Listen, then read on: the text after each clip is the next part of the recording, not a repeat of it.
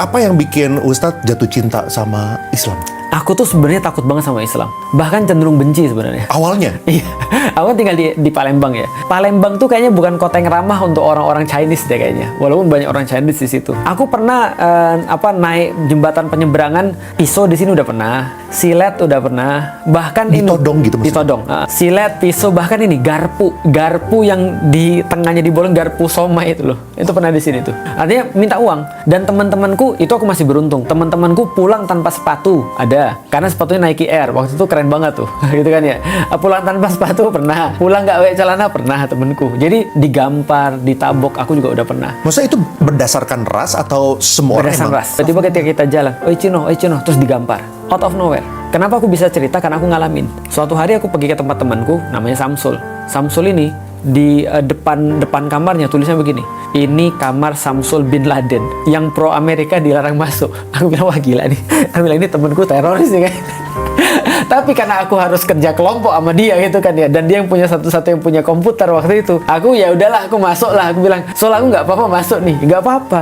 Di depan itu gimana? Aku kan orang Chinese nih kan. Oh nggak gitu cerita. Dia ceritain. Aku bilang, oh ternyata yang dia tulis itu cuma sekedar iseng-iseng doang. Artinya cuma sekedar kayak menandakan bahwa dia tuh kayak paham tentang dunia internasional gitu lah kira-kira. Yang mana kita dulu nggak gitu kan ya. Terus dia jelasin. Aku juga bilang, soal kenapa orang-orang Muslim tuh banyak gini-gini segala macam. Dia bilang gini, Lik, kamu lihat wajah Islam yang mana sih sebenarnya? Ini ada Islam tuh ada banyak wajah. Kamu lihat yang mana nih sekarang nih? Karena contoh kayak kita misalnya kayak gini, kita jadi seorang laki-laki, kita punya banyak wajah loh. Wajah kita yang paling pure biasanya istri kita yang tahu. Maka kalau istri kita udah bilang salah kita di sini, biasanya benar. Karena kita selalu pakai topeng di depan orang. Nah, jadi pakai wajah yang lain di depan orang. Kadang-kadang kita pakai wajah ketemu dengan teman bisnis, beda dengan karyawan. Beda lagi dengan anak-anak. Beda lagi dengan ketika kita ketemu dengan orang yang memang harus dikasih pelajaran. Dalam arti kita lagi ngajarin dia, itu beda banget. Nah, wajah Islam yang kamu lihat yang mana, Lik? Aku bilang, emang ada wajah Islam ada berapa? Dia jelasin. Dari titik itu aku jadi ngerti, oh ternyata memang nggak seperti aku bayangin. Dari titik itu aku menyadari Islam bukan ritual.